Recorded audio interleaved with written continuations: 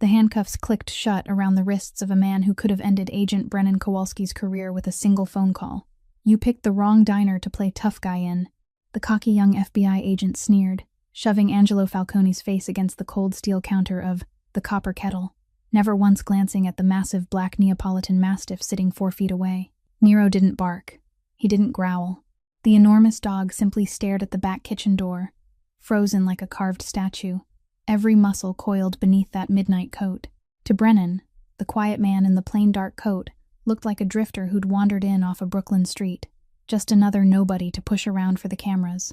But the only person in that crowded diner who'd shown this stranger an ounce of kindness, a tired young waitress named Abby Whitlock, could feel something was terribly wrong. She didn't know she was standing beside the most feared man in 3 states. She didn't know that arrogant ego was about to wake a danger no one in that room could see coming. And she had no idea that the silent black dog watching the door was the only thing standing between everyone there and a bloodbath. So before we go any further, if stories about respect, loyalty, and the quiet strength people underestimate move you, do us a favor and hit that like button, share this with someone who needs to hear it tonight, and subscribe to the channel so you never miss a story like this one. Now, let's go back to where it all began. 40 minutes earlier, the glass door of the Copper Kettle gave a faint shiver when Angelo Falcone stepped inside, bringing with him the first cold breath of a gray Brooklyn afternoon. He wasn't in a hurry. He'd never been in a hurry. The man in the dark wool coat paused for exactly 1 beat on the threshold, and in that brief instant, his eyes had already finished the work that an instinct carved deep through over a decade forced him to do. He counted the exits of the diner.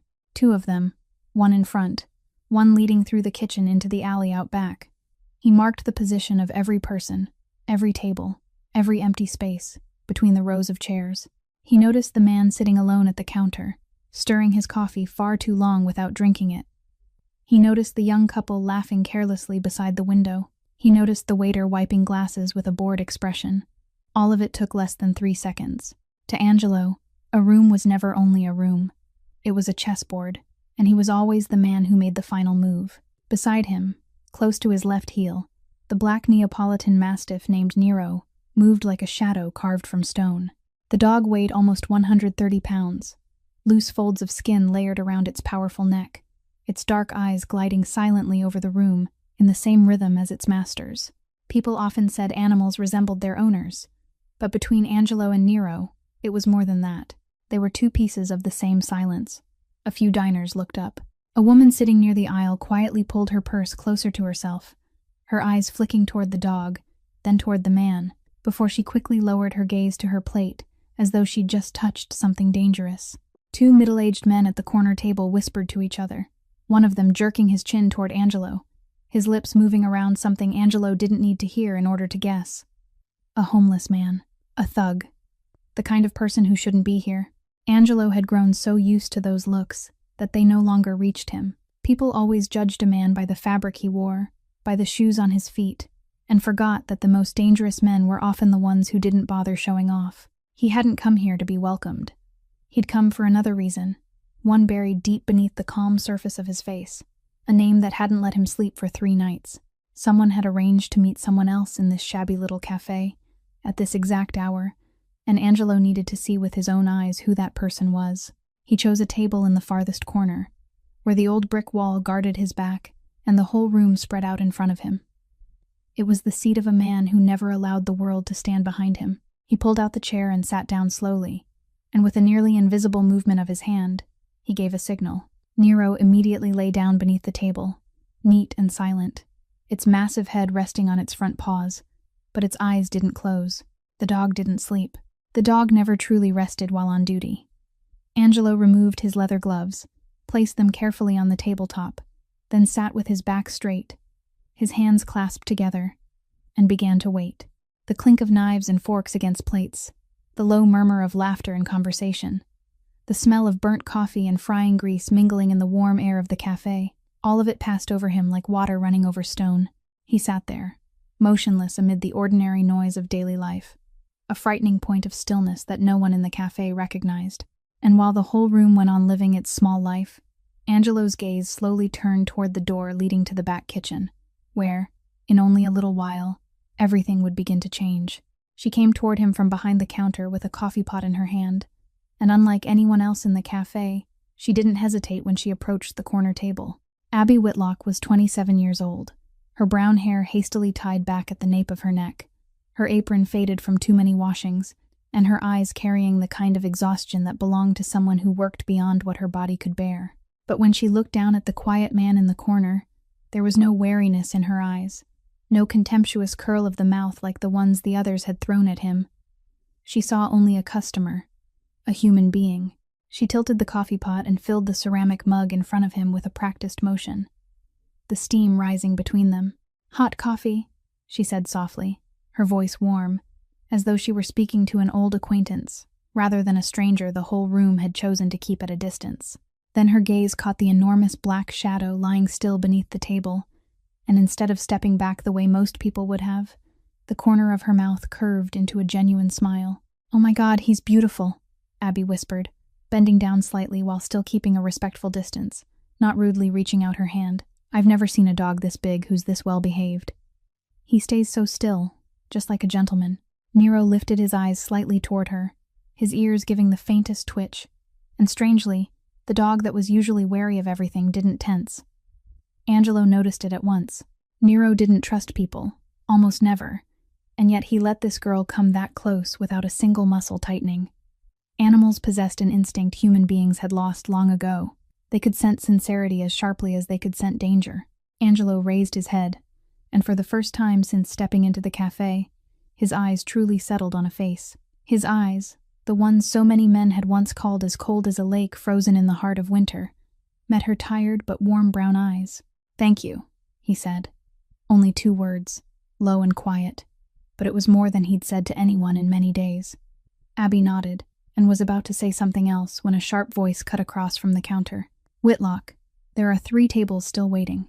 Walter Price, the manager of the cafe, with his swollen belly and a face always pinched by numbers that never added up, stood with his arms crossed and stared toward her, his gaze sliding over Angelo with undisguised irritation.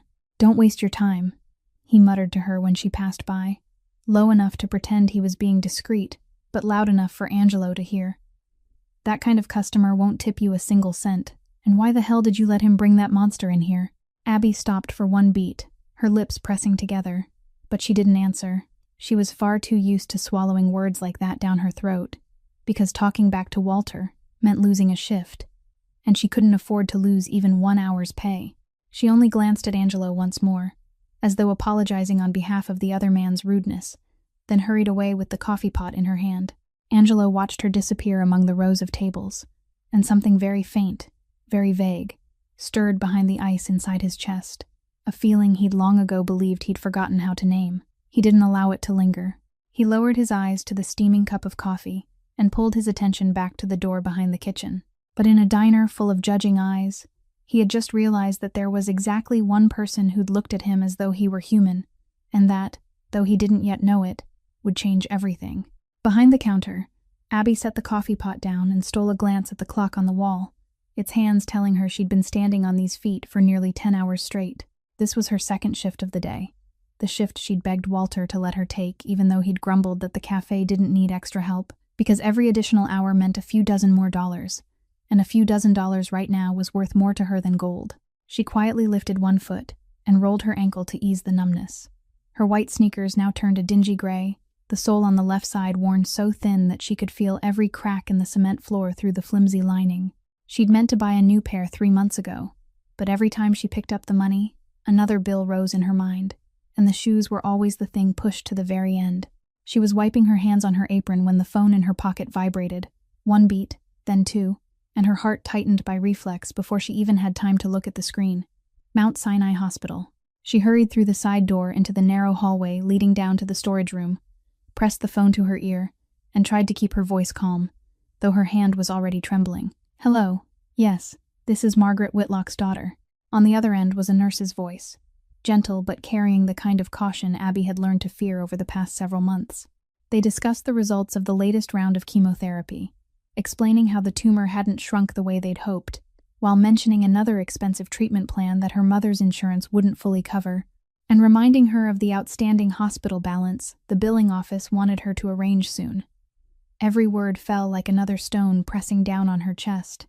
She leaned her back against the cold wall, closed her eyes for 1 second, and in that instant, she saw again her mother's hollowed face against the stark white hospital bed. Saw again that thin, bony hand gripping hers as Margaret whispered that Abby shouldn't worry about her, that Abby had already done too much.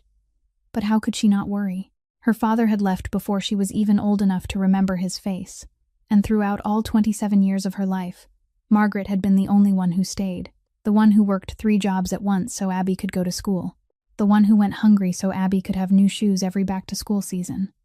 Now it was Abby's turn, and she wouldn't give up, even if the price was aching legs and nights when she slept only 4 hours. She drew in a deep breath, quickly wiped the corner of her eye with the back of her hand, and promised the nurse she'd stop by the billing office at the end of the week. She had just slipped the phone back into her pocket when the hallway door swung open, and Walter's bulky shadow filled the doorway. "Am I paying you to gossip on the phone?"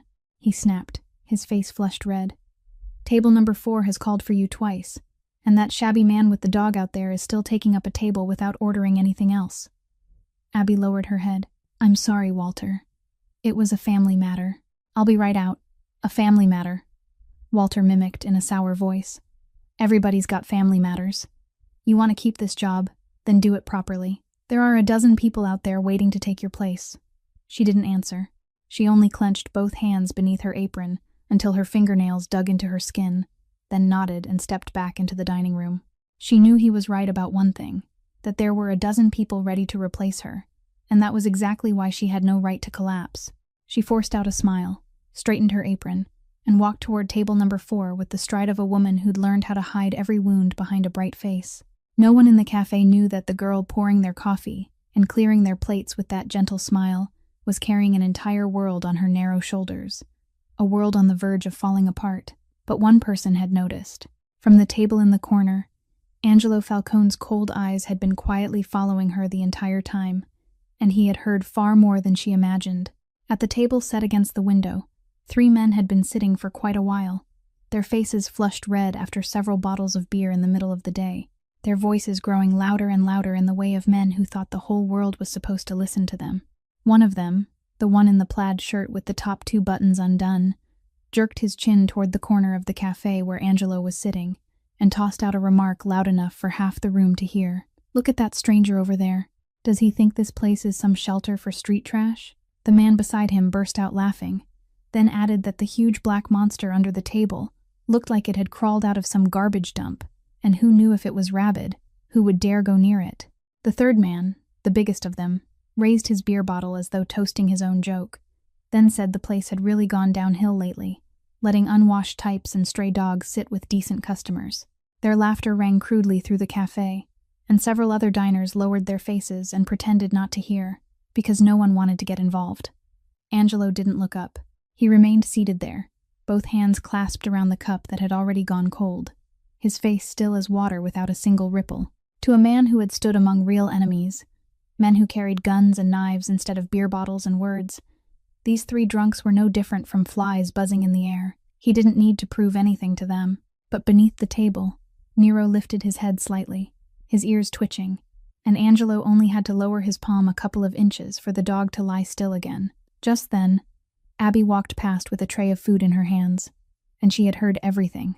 She set the tray down at the next table. Then, instead of ignoring it like everyone else, she walked straight over to the 3 men's table, her arms folded in front of her chest, though her voice still held the courtesy of someone working in service. "Gentlemen, please, there are other customers here. Could you keep your voices down a little?" The man in the plaid shirt raised an eyebrow, pretending to be surprised, then gave a mocking laugh. "You defending him, sweetheart? Better watch yourself. That kind of man will fool you. People like that don't have a cent to their name." Abby didn't flinch. She looked straight into his eyes and said, softly but with every word clear, that the man over there had been sitting quietly this whole time and hadn't bothered anyone, while his dog was better behaved than many customers she'd served before. She said she didn't care what a person looked like or what they wore, because in this cafe, everyone deserved to be treated with the same decency, and she hoped they would do the same. Her words made the 3 men pause for a moment, and perhaps because a few eyes around the room had turned toward them, they only grumbled a few things for the sake of saving face, before going back to their bottles and lowering their voices. Abby nodded her thanks, picked up the tray, and turned away as though what had just happened was no great matter. But she had no idea that from the table in the corner, a pair of eyes had followed every one of her gestures. Angelo had witnessed it all. He had seen that exhausted girl, the one carrying the burden he had accidentally overheard earlier, still have enough room in her heart to stand up for a stranger who had nothing to do with her, a man whose name she didn't even know. In the world where he had lived for so many years, where kindness always came with a price and decency was often only a mask-hiding calculation, what she had done was something so unfamiliar it was almost hard to believe. He let no emotion show on his face. He only quietly took a bill from inside his coat pocket, folded it neatly, and placed it beneath the coffee cup when he stood to move to a seat closer to the door.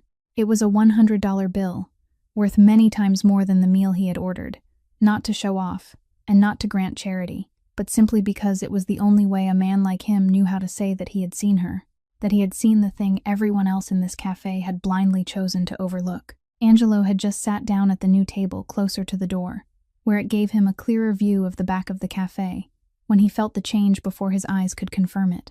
Beneath the table, Nero suddenly stopped breathing evenly. The dog that had been lying still like a block of stone all this time abruptly lifted its massive head from its front paws, its thick ears rising and turning toward one single direction, the door that led into the kitchen at the back. Angelo set his coffee cup down without a sound. He knew his dog better than he knew himself, and this wasn't some idle movement to shift into a more comfortable position. This was a signal. Every muscle in Nero's enormous body tightened like a bowstring drawn to its limit, the loose skin around its neck seeming to harden, and from deep inside the dog's chest came a sound only Angelo could hear, a very low growl, almost nothing more than a vibration in the air. The dog didn't bark. It had been trained never to warn an enemy with a bark. It only locked its gaze on the point of danger, and waited. Angelo followed Nero's line of sight, and through the small glass pane in the swinging kitchen door, he caught a brief glimpse of two figures who had entered the cafe, not through the front door but through the back way. The entrance meant only for employees and the morning delivery crates. Two men. Both wore dark coats, even though the inside of the cafe was warm enough. Both kept one hand held slightly close to the body, in the way only men used to carrying hidden weapons did, and both moved with the caution of predators hunting in an unfamiliar forest. They didn't order. They didn't look for a table. They stopped just at the edge of the kitchen area, half hidden behind the partition wall, and one of them swept his eyes across the dining room once, in exactly the same way Angelo had done when he first walked in. It was the look of a man searching for someone. Angelo felt a familiar coldness run down his spine. Not fear, because he'd forgotten what fear was long ago, but the sharp, icy alertness of a knife just drawn from its sheath. Years spent living in a world where death could come from a handshake or a smile had taught him one thing, that an animal's instinct was always more honest than a human being's words. And when Nero gave a signal, it was more trustworthy than any report Angelo had ever received. The dog had scented something that didn't belong in an ordinary diner. The smell of cold metal, gunpowder, and danger carried in under those coats.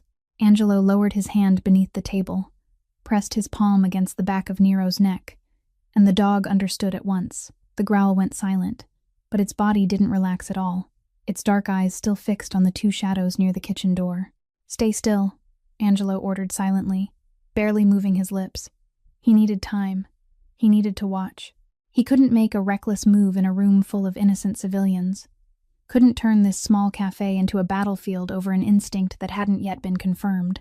But his instinct, confirmed by every tightened muscle in Nero's body, was screaming that those two men hadn't come here for a late lunch. He flicked his gaze quickly around the room, marking every position again.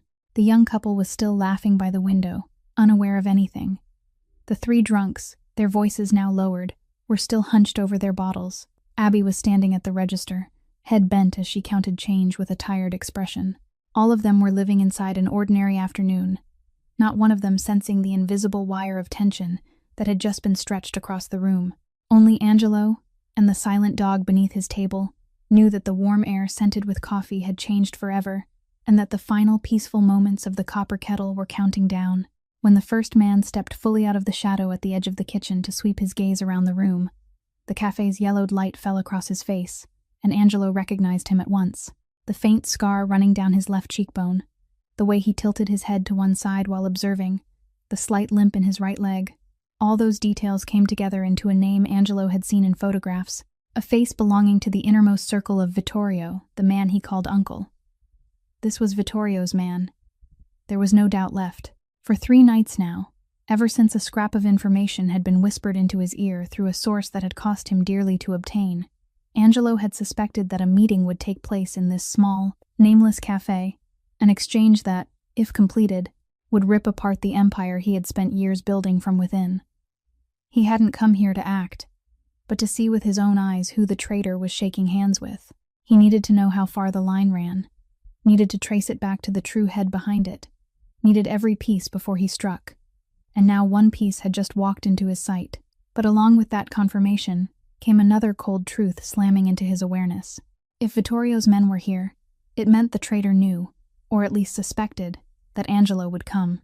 This could be a meeting, or it could be a trap already set, with Angelo himself as the prey. Every instinct forged through years in the dark told Angelo that this moment was a blade with 2 edges. One part of him, the cold and merciless part that had helped him survive bloody purges, screamed for him to stand, to end the threat immediately before it had the chance to move. But he held it back. Revealing who he was right now would mean throwing away every advantage he still held. If he let them see that he recognized them, the traitor would retreat into the dark, the line would snap, and Angelo would lose forever the chance to trace the real mastermind. Breaking up one meeting would only kill a pawn, while allowing it to unfold under his watch could expose the entire board. Angelo understood that patience, in this moment, was a sharper weapon than any gun hidden under a coat. He made the decision in a split second, as final as every decision that had ever saved his life. He wouldn't reveal himself. He would sit still, become a harmless shadow in the corner of the cafe, a shabby man no one cared to look at, and let those 2 men believe they still held the advantage. He would watch, remember, and wait until he saw the second person they had come to meet. He lowered his head slightly, pulled the collar of his coat up to cover part of his face with the careless motion of a sleepy man, and placed his hand back on the nape of Nero's neck to keep the dog absolutely silent. Now both master and dog were frozen inside their roles, a tired man and a sleeping dog, while beneath that surface were 2 predators watching 2 other predators. Angelo knew that everything now depended on his ability to remain invisible. One mistake, one gaze lingering too long, one unnatural movement, and the game would turn over. What he couldn't foresee, what even the coldest and most calculating part of his mind couldn't possibly predict, was that the threat, about to shatter his perfect plan tonight, wouldn't come from the 2 men by the kitchen door, but from a completely different direction, from a man carrying a badge and an ego even larger than his reason. While Angelo focused all his attention on the kitchen door, Walter Price was watching him from the register with an entirely different kind of hostility. All afternoon, the manager had been glancing toward the corner of the cafe with mounting agitation, and the fact that the shabby man had just quietly moved to a table closer to the door, sitting there with his wary gaze sweeping over the room, only made the groundless suspicions in Walter's mind swell larger. Walter didn't see a human being. He saw a nuisance, an unwashed man dragging along a huge black monster that made decent customers uncomfortable. A man taking up a table without ordering anything more, and now even glancing around constantly as though he were stalking something. His narrow mind built one scenario after another. A man planning to steal from the register, a lunatic about to cause trouble, and the more he thought about it, the more convinced he became that he had reason to act. He pulled out his phone, turned his back to the dining room, and lowered his voice as he called the police emergency line, saying there was a suspicious person in his cafe, a man who looked homeless and had a large, dangerous dog with him, acting furtively and frightening the customers, and that he needed someone to come remove him at once. He didn't know, and would never have been able to imagine, that this seemingly harmless call had just lit the fuse on a chain of events that would burn this afternoon to the ground. Only a few blocks away, inside a gray car parked out of sight across the street, Agent Brennan Kowalski was sitting there chewing on a stone-cold sandwich and going half mad with boredom. He had been assigned to watch another location in the area for a drug case that had gone nowhere for weeks. A tedious task he believed was beneath him. Brennan was 34 years old, his body hard from hours in the gym, his hair neatly cropped, and a burning ambition gnawed at him from the inside, a craving for one spectacular arrest that would put his name on the honor board and pull him out of mindless car surveillance like this. When the local police call about a suspicious man at the Copper Kettle came through the radio in his car, it shouldn't have been his business. A federal agent had no reason to interfere with a call about some homeless man in a diner, but Brennan was too bored, and the cafe was right within his line of sight. So he tossed the sandwich onto the seat, muttered that it was still better than sitting here rotting, then got out of the car and strode across the street. The glass door of the cafe swung open, and Brennan stepped inside with the posture of a man who believed the entire room should clear a path for him. He didn't scan for exits, didn't assess the situation, didn't notice the two dark figures standing near the kitchen at the back, men any half-awake agent should have recognized as suspicious. His eyes were drawn straight to the thing Walter was pointing at so openly from behind the counter. The quiet man in the dark coat sitting in the corner. Brennan glanced over the plain clothes, the shadowed face, the enormous black dog beneath the table, and in less than 2 seconds, he had stamped a verdict inside his head. A homeless man. A troublemaker. Easy prey for him to show his authority. He didn't see the deadly stillness in the way the other man sat. Didn't sense that those clasped hands belonged to someone who could make an entire underworld city hold its breath. He saw only what he wanted to see, an opportunity. Brennan straightened the collar of his coat, briefly revealing the federal badge at his belt for a few nearby diners to notice and whisper about. Then, with an arrogant smile already settled on his lips, he began striding toward the corner table, completely unaware that he was walking straight into the middle of a chess game he wasn't skilled enough to understand, and that each confident step was pushing everyone in the cafe closer to the edge of an abyss. Brennan stopped in front of Angelo's table, his feet planted apart, his hands on his hips so the badge at his belt showed more clearly, then raised his voice loud enough for the whole cafe to hear. "Hey, buddy. Someone reported that you're causing trouble in here. Stand up, show me your identification, and take your dog out of this cafe." Angelo didn't look up right away. He slowly lifted his eyes, and when he spoke, his voice was so deep and calm that Brennan faltered for an instant, because it wasn't the voice of a frightened homeless man. He said that 2 men had just come in through the back door, that both of them were carrying concealed weapons, and that if the agent truly wanted to do something useful, he should turn around and look toward the kitchen instead of focusing on him. For one moment, the naked truth of that warning hung suspended between the 2 men, but Brennan only laughed, a short burst of contempt.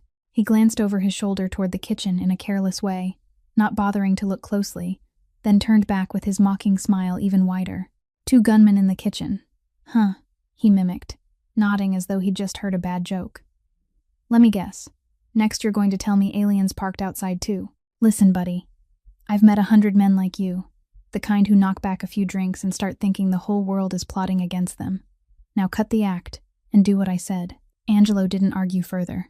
He knew every second was pushing the situation farther out of control, and he cast a very quick glance toward the kitchen door, where the 2 dark figures had begun paying attention to the commotion gathering in the corner of the cafe. Just then, Abby hurried over from the counter, her heart pounding when she saw that the man she had defended earlier was now being targeted by a federal agent.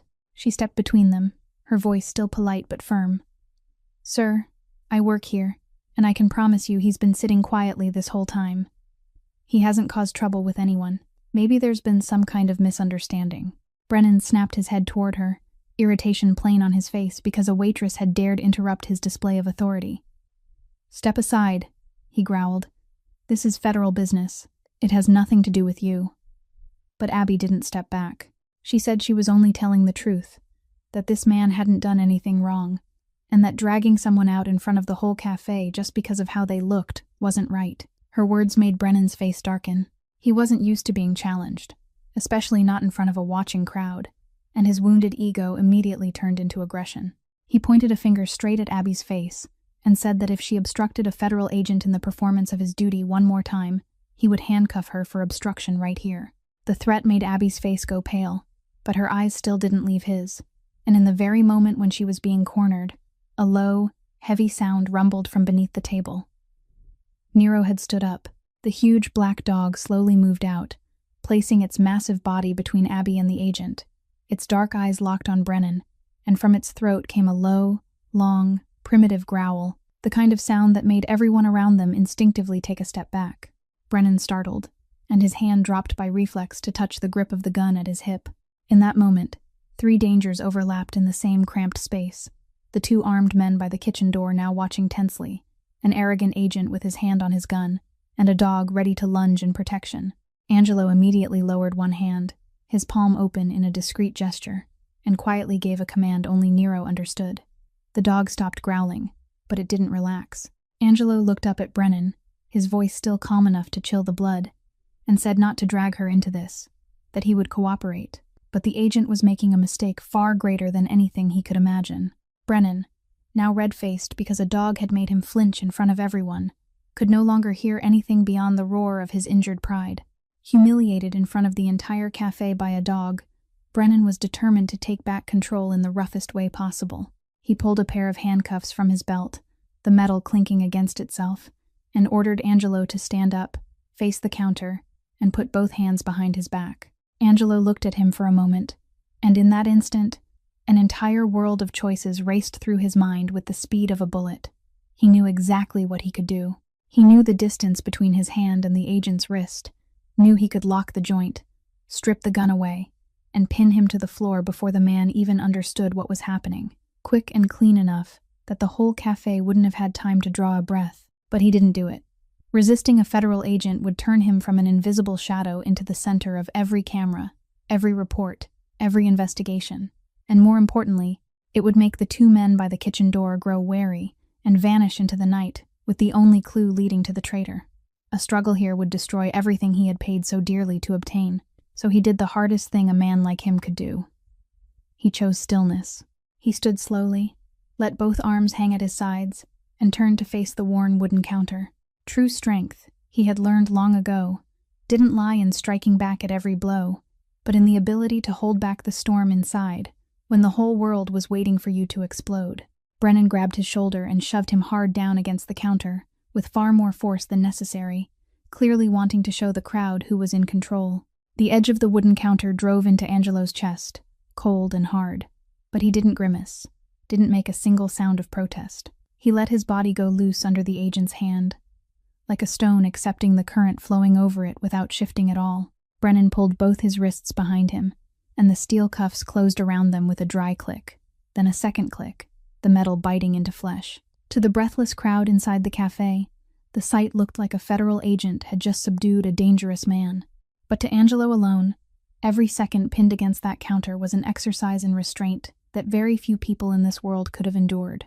While he was being held down, he didn't look toward Brennan, nor did he look toward Walter, who stood behind the counter with a gloating look of triumph. He only turned his head slightly, just enough for his eyes to find Nero. The dog's whole body was rigid, its dark eyes blazing, every muscle trembling with the conflict between the instinct to lunge forward and protect its master and the command to stay still. Nero didn't understand why the man who had raised it and trusted it would allow someone to treat him so brutally without fighting back. Angelo knew the dog was on the edge of breaking, and if Nero lunged now, the agent would draw his gun, the two men by the kitchen door would make their move, and the entire room full of innocent people would become a tragedy. So even with both hands cuffed tightly behind his back, Angelo still managed to spread his fingers at the smallest angle, a silent signal only his dog could read, an order to hold its position and watch the real danger at the kitchen door instead of worrying about him. Nero shuddered one final time, then slowly turned its head away from the agent and locked its gaze back on the kitchen door, forcing itself to obey. The dog's discipline in that moment was more extraordinary than anything the crowd had ever witnessed, though not a single one of them understood what it meant. And so, amid the murmuring of diners and the smug smile of the man who had just handcuffed the wrong person, Angelo Falcone stood there, pinned against the counter of a shabby cafe, choosing to swallow every ounce of humiliation in order to protect a room full of people who didn't even know who was shielding them. Abby stood a few steps away, both hands pressed tightly to her chest, watching the man pinned against the counter as her throat closed up. She didn't understand everything that was happening, didn't know about the two men by the kitchen door or the invisible chessboard stretched across the room, but she knew one thing with every bit of certainty in her heart, that this quiet man didn't deserve to be treated this way. She had watched him all afternoon, had seen him sit quietly without causing trouble for anyone, had heard him thank her in that low, warm voice when the whole cafe kept its distance from him, and now she was watching him being shoved down by a federal agent simply because of his shabby appearance. The injustice of it made her eyes sting. She stepped forward, her voice trembling but still trying to stay calm, pleading with Brennan that please, He hadn't done anything, that he was tightening the man's wrists too hard, that he needed to stop. A tear rolled down her cheek, not because she was afraid for herself, but because of the helplessness of having to stand there and watch something wrong unfold right in front of her without being able to stop it. Brennan turned and glared at her with one final warning, repeating that if she didn't step back right now, she would be the next one in cuffs, and Abby was forced to retreat one step, her hands clenched together, her shoulders shaking as she fought to hold back a sob. She had never felt so small, so useless. But while the whole room had its eyes fixed on the scene between the agent and the handcuffed man, at a table tucked partly out of sight along the booth seats by the wall, another pair of eyes was looking in an entirely different direction. Frank Delacroix, an older man with neatly trimmed silver hair and the veined hands of someone once accustomed to holding handcuffs, set down his coffee cup without giving any attention to the drama playing out in the middle of the cafe. He was a regular at the Copper Kettle, a retired officer from the New York Police Department after decades in uniform, and the instincts sharpened over all those years never truly went to sleep. While everyone else was looking at the man being pressed down against the counter, Frank was watching the dog. Something about that black mastiff made the hair at the back of his neck rise. The dog wasn't reacting the way an ordinary dog should have when its owner was being attacked. It didn't lunge, didn't bite, didn't bark in panic. Instead, after one brief moment of struggle, it had turned away from the very man restraining its master, and now it sat rigid as a statue carved from black stone, all its attention fixed on the kitchen door, ears upright, body deliberately motionless. Frank had seen that posture before, had seen it many times during his years working alongside police canine units. That wasn't the stance of an animal that was frightened or submissive. It was the stance of a well-trained dog locked onto a threat, warning of something it had detected. The retired officer's heart beat faster by one count. His gaze moved from the dog to the man in cuffs, and this time he looked more carefully, looking beyond the shabby coat and the rough stubble. He noticed the way the man held his body absolutely still even while pinned against the counter. The way his eyes, though forced down, remained cold and alert instead of panicked. The strange air of self-control radiating from someone who should have been begging or struggling. This wasn't a homeless man. Frank had met enough kinds of people in his life to know when he was looking at something entirely different. He glanced toward the kitchen door where the dog was watching so intently, then back at the dog, fitting the pieces together one by one, and a cold feeling began to spread through his body. He hadn't said anything yet. He couldn't be sure yet, but his veined hand had already tightened around the edge of the table, and his eyes didn't leave the black dog silently guarding a secret that no one else in the room could see. Frank Delacroix pushed his chair back and stood, and the scrape of the chair legs against the floor rang out loudly enough for several heads to turn toward him. His aging knees cracked, but he ignored the pain, straightening with a posture that still carried the authority of more than 30 years in uniform. "Wait," he said, his voice low and firm, the voice of a man once used to giving orders in the middle of chaos. Brennan whipped around, irritated at being interrupted yet again, and snapped that the old man should sit down, that this was federal business. But Frank didn't sit down. He didn't even bother looking at the agent, only pointed straight at the black dog sitting rigid beside the counter. "Do you know what that dog is doing?" he asked, his voice carrying across the room. Brennan frowned and answered with a mocking tone that it was sitting there like a normal dog, and the old man should mind his own business. Frank shook his head, and his next words dropped into the room like stones. "No," he said, "that isn't a normal dog, and the man you just handcuffed isn't some ordinary drifter. I spent my life as a cop.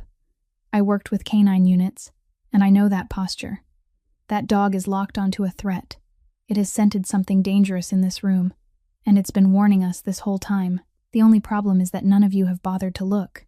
His words made the air inside the cafe grow thick and heavy. Several diners stopped chewing halfway through. Someone dropped a fork onto a plate with a bright clatter, and the murmurs from moments earlier died into a silence stretched tight as a wire. Frank shifted his gaze to Angelo, who was still pinned against the counter, and asked in a softer voice that was no less sharp, "Are you with the government? Or something close to—" Angelo raised his head as much as he could in his restrained position, and for the first time since being cuffed, he spoke, his voice still calm enough to send a chill through the room. He said that his dog was trained to detect weapons and danger, that it had been warning him before this agent ever stepped foot inside the cafe, and that 2 men were standing by the kitchen door, both carrying concealed guns. He said that if no one listened in the next few seconds, someone was going to die. The naked truth in that voice, without panic, without exaggeration. Only the cold certainty of a man who knew exactly what he was talking about made the whole room shudder. Every set of eyes, as though jerked by an invisible cord, turned at once toward the kitchen door. And now, with the entire cafe's attention suddenly fixed on them, the two dark figures tucked near the edge of the kitchen were finally exposed beneath everyone's gaze. For one brief moment, time seemed to stop.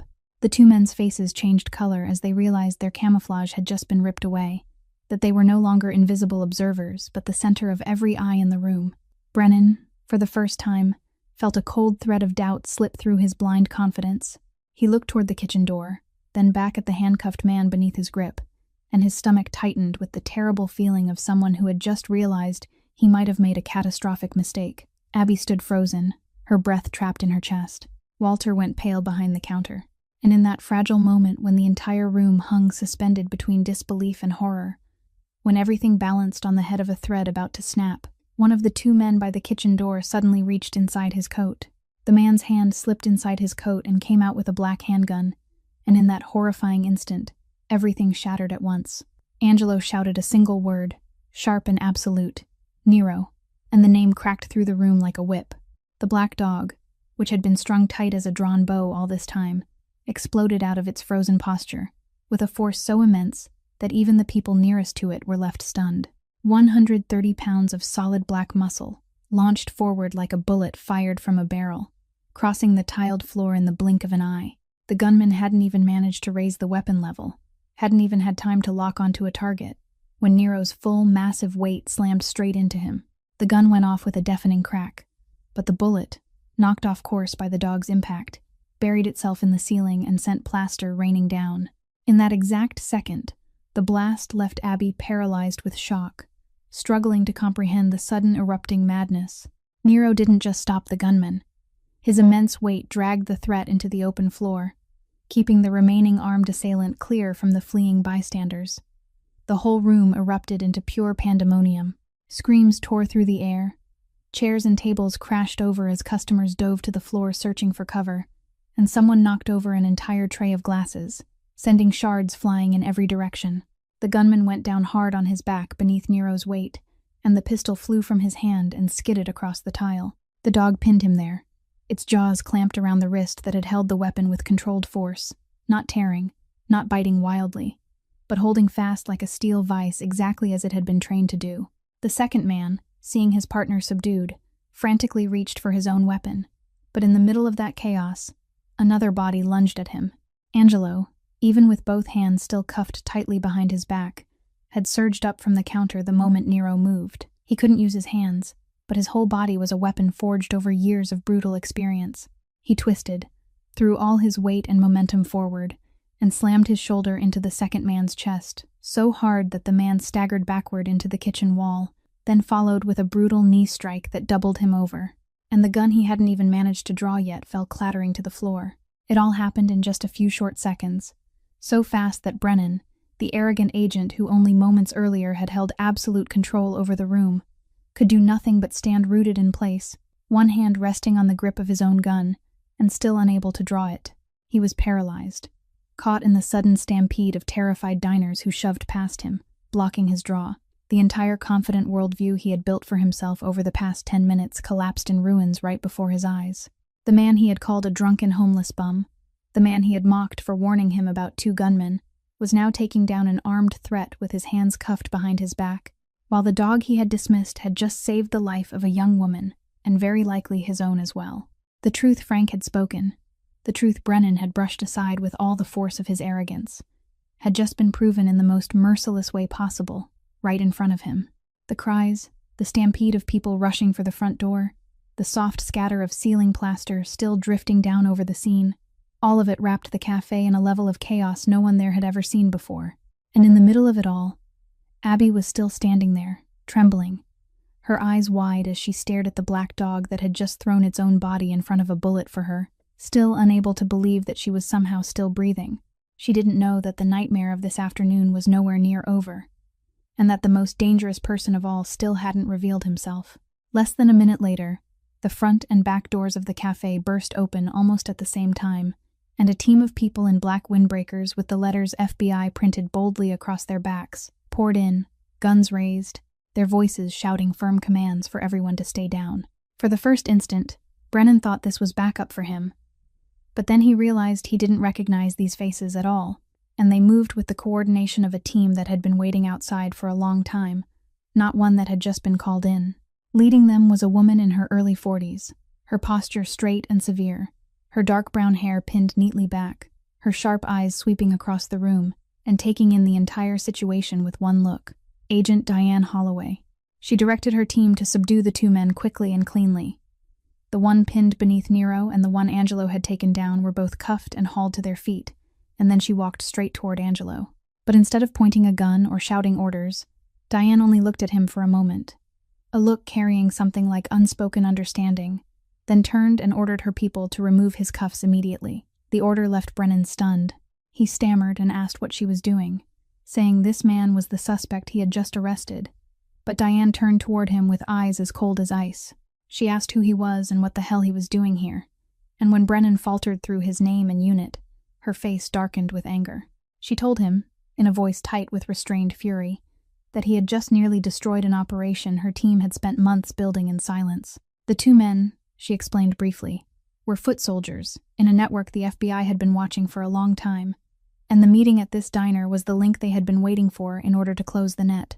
Her team had been positioned outside, ready to move in at the right moment, until an unrelated federal agent took it upon himself to storm in, cuff the wrong man, and make a scene, causing the two targets to panic and forcing everything to erupt early in a room full of civilians.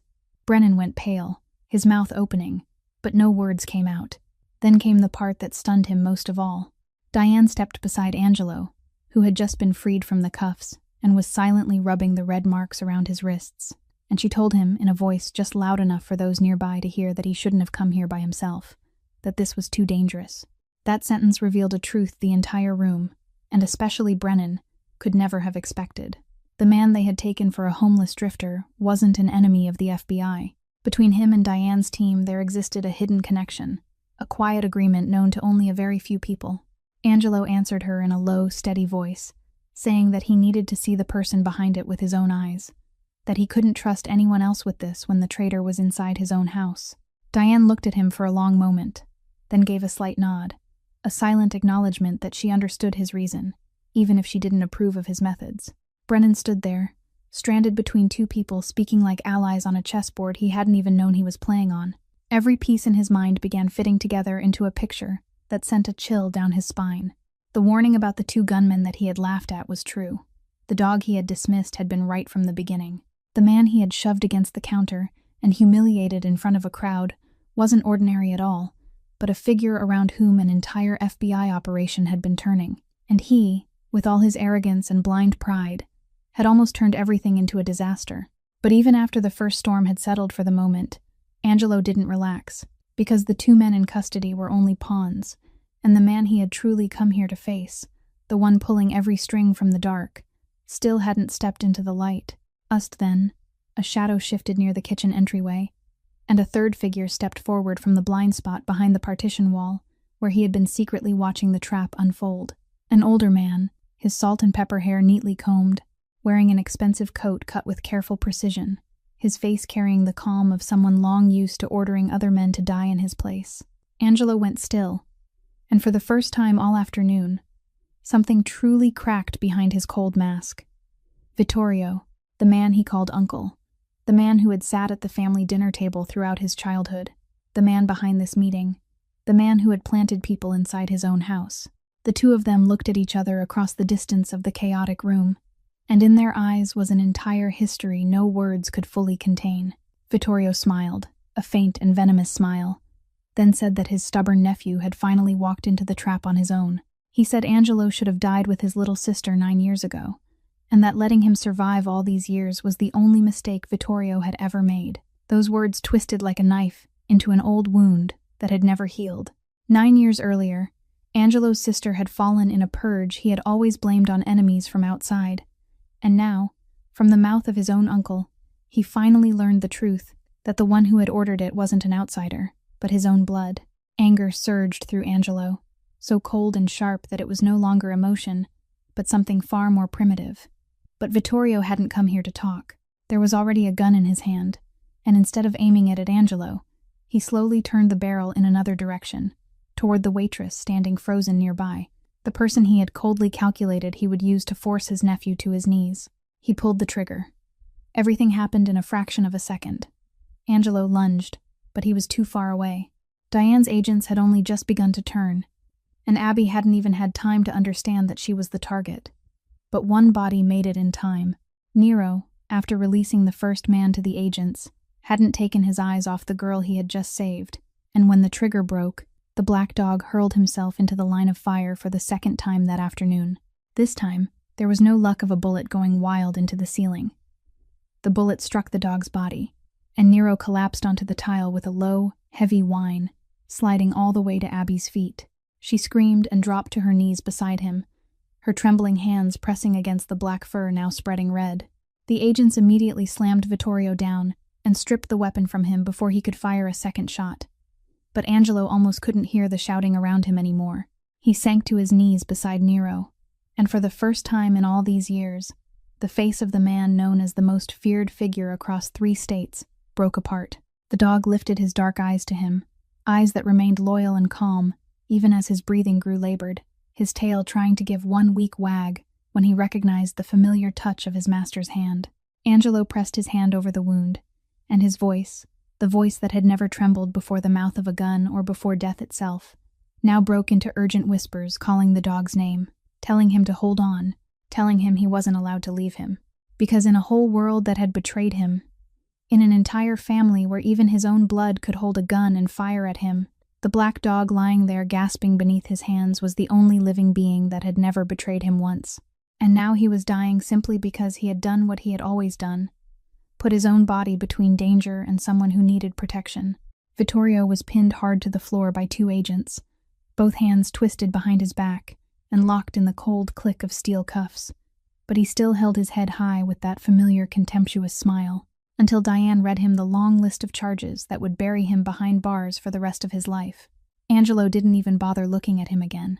The reckoning for the man who had killed his sister didn't lie in a punch or a bullet, but in the very moment Vittorio was dragged away in handcuffs, stripped of all the power and fear he had spent his life building, reduced to a fallen old man on the floor of a shabby cafe. Some punishments were heavier than death, and having to live out the final years of one's life in disgrace and oblivion was one of them. A few steps away, Diane turned to Brennan, and the fury she had been holding back all this time broke out in words, sharp as knives. She told him, in front of everyone, that he had acted completely outside his authority, that he had judged a human being based only on clothing and appearance, that he had ignored a direct warning about weapons, and had nearly made a room full of civilians pay for it with their lives. She declared that he was suspended immediately, pending an internal investigation, and ordered him to turn over his badge and weapon. Brennan, his face bloodless, trembled as he removed the badge from his belt, the hand that had been so arrogant now clumsy as a child's. He opened his mouth to justify himself, but no words came out, because deep down he knew that everything she had just said was true. He left quietly, head bowed, watched by the very crowd he had tried to impress, their eyes no longer carrying even a trace of respect. Meanwhile, Walter staggered out from behind the counter, his swollen face now pale and slick with sweat. He came closer to Angelo, his hands twisting together, and in a stammering voice, thick with shame, he apologized. He said he was the one who had called the police, that he had judged Angelo by his appearance, that he had been completely wrong, and that without him and his dog, there might not have been anyone left alive in the cafe.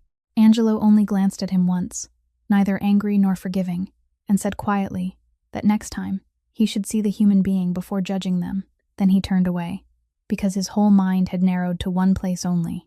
On the tile floor, Abby was kneeling beside Nero, and she didn't hesitate for even a second. She had ripped the apron from her body, folded it into a thick pad, and pressed it hard against the wound in the dog's side to stop the bleeding. Her small hands smeared but steady, her mouth never stopping as she whispered comfort to the trembling animal. "Come on, brave boy. Come on. You're going to be all right." A paramedic had just arrived with the ambulance team that had been called, and Abby looked up, asking them urgently if they could save him, tears streaming down her face while her hands still didn't leave the dog.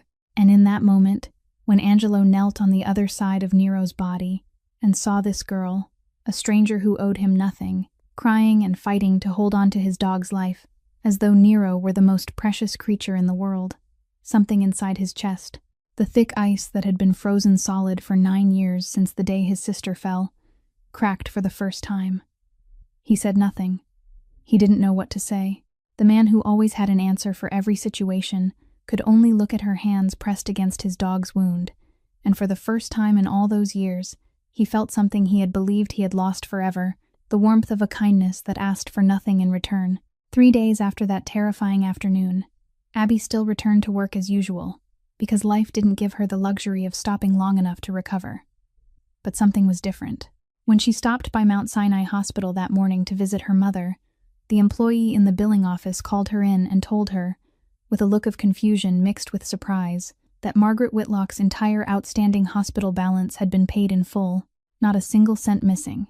And not only that, the cost of the expensive new treatment plan that insurance had refused to cover had also been fully handled by an anonymous party.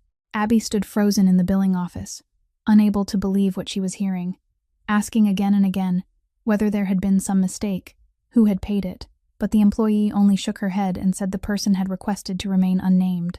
She stepped out into the hospital hallway on trembling legs, her heart tangled with 100 thoughts, and it took her a long while before she dared to believe that the burden that had been crushing her shoulders for months, the burden that had stolen her sleep and worn her down day by day, had just been quietly lifted away by someone. In the hospital room, her mother took her hand and asked why she looked so dazed, and when Abby told her, tears rolled down Margaret's cheeks as she whispered that there were still angels in this world. But Abby, who wasn't used to accepting kindness without knowing where it had come from, couldn't stop turning it over in her mind. She searched her memory, following each small clue. She recalled the neatly folded $100 bill left beneath the coffee cup that day, picturing the quiet man in the corner of the diner, and how he had looked at her when she defended him. And then she remembered one detail she hadn't paid attention to at the time, that in the chaos, she had vaguely heard the agents call him by name. She began to look into it, carefully and quietly, and what she found made her go cold. The name Angelo Falcone, when she typed it into the search box, didn't bring up the image of a pitiful homeless man the way she had once thought, but old articles, half-hidden rumors, names tied to a world she had only ever seen in movies. The man she had poured coffee for, defended, and pitied as someone beaten down by life, turned out to be one of the most powerful and feared figures in the entire region. Abby sat very still in front of the screen for a long time, her heart pounding, and an instinctive fear rose inside her. She had heard enough to know that men like him were tied to violence, to blood, to things a girl like her should have stayed far away from. But strangely, woven through that fear, was something else she couldn't push aside. She remembered not the articles, but the image of that man dropping to his knees beside his dog. His face, once cold as stone, breaking apart with pain. His voice, once calm enough to chill the blood, now shaking as he called the name of the dying animal. She remembered that he, even while handcuffed and humiliated, had still chosen restraint in order to protect an entire room full of strangers. And now she knew that he had quietly saved her mother without ever wanting her to know, without asking for thanks, without expecting anything in return. A man the whole world called a monster had just done the kindest thing anyone had ever done for her. Abby closed the laptop, looked out the hospital window where the afternoon sunlight was spilling gold across the rooftops of Brooklyn, and she understood that she was standing at a crossroads. She could choose to forget, bury everything that had happened like some strange nightmare, and return to her old life. Or she could go find that man, to say thank you, to look into his eyes one more time, and to understand what kind of human being truly lived behind that frightening shell. And deep down inside, she already knew the answer before she had even finished asking the question. A few weeks later, the first sunlight of spring had begun slipping through the windows of Mount Sinai Hospital, and Margaret Whitlock could now sit up in bed, the hollow cheeks she once had slowly regaining a little color, thanks to the new treatment plan she had never dared dream of receiving. She still had a long road ahead of her, but for the first time in many months, there was light again in her eyes and her daughter's, the kind of light called hope. Abby had gone to find Angelo, not to repay him in the ordinary, balanced way people understood debt, but simply to express her deepest gratitude and confront the soul behind that formidable gaze. And she stayed. Not because she was blind to who he truly was. She knew exactly who he was, knew about the world he had walked out of, knew that his past was stained with things love could never wash clean. But she also saw what no one else was willing to see, a solitary soul buried beneath layers of grief. A man who was finally learning that he no longer had to face the world entirely alone. Angelo didn't become a different man overnight, because life doesn't work like fairy tales. But under Abby's gentle gaze and patient kindness, he began to change, little by little. He quietly loosened the ties binding him to the underworld, handed back power, cut away the connections that had defined his entire life, and tried to step out of the darkness where he had lived for so long that he had almost believed he belonged there forever. He did it not because anyone forced him, but because, for the first time, he had a reason to want to become a better man. And Nero, the brave black dog who had twice thrown his body in front of danger to protect others, finally survived the worst of it. He lived, though he carried a scar that would remain with him for the rest of his life, a mark of loyalty no words could ever truly describe. On a quiet weekend afternoon, 3 living souls whom life had rejected in different ways sat together in a small sunlit yard. A man once called a monster, a girl who had carried the whole world on her thin shoulders, and a dog people had feared only because of how he looked. They weren't perfect, and their pasts couldn't be rewritten. But between them was a peace all 3 had paid far too high a price to reach. And sometimes a new beginning doesn't need to be perfect. It only needs to be real. The story of Angelo, Abby, and Nero leaves us with a lesson perhaps all of us need to be reminded of. That we should never judge a person only by their appearance, because beneath shabby clothing there may be a noble soul, and behind the coldest face there may be a heart longing to be loved. The small kindness of a waitress, a hot cup of coffee, and a word of defense in the middle of an indifferent crowd did what a lifetime of violence and power never could. It touched a man's soul and lit a flame again in a heart everyone thought was dead. Arrogance and the habit of judging others by appearance nearly caused a tragedy, while respect and compassion saved everyone. If this story has touched your heart, please subscribe to our channel, press like, and share this video so that every day you can join us in listening to more meaningful and deeply moving stories. How do you feel about this story? And what does it remind you of in your own real life? Have you ever accidentally judged someone by how they looked? Or have you ever had your heart warmed by an unexpected kindness from a stranger? Please leave a comment and share what you feel from deep within your heart, because we always hope to hear your stories and your thoughts. Thank you for taking the time to listen all the way to the very last moment. May everyone watching this video always have good health, a joyful life, peace, and calm happiness every day. Goodbye, and we'll see you again soon in our next videos. Farewell.